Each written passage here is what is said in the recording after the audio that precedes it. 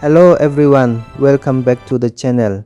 Want to keep your incognito tabs protected when you leave Google Chrome? Chrome has a useful option called Lock Incognito Tabs when you leave Chrome. In this tutorial, I'll show you how to turn this feature on or off on your Samsung Galaxy S26 Ultra. Let's get started. First, open Google Chrome.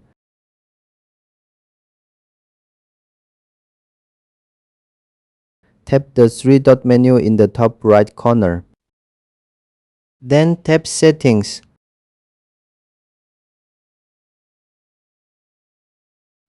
Tap Privacy and Security. Find Lock Incognito Tabs when you leave Chrome. Next, turn on the switch. This will lock your incognito tabs when you leave Chrome. To turn the feature off, tap the switch again.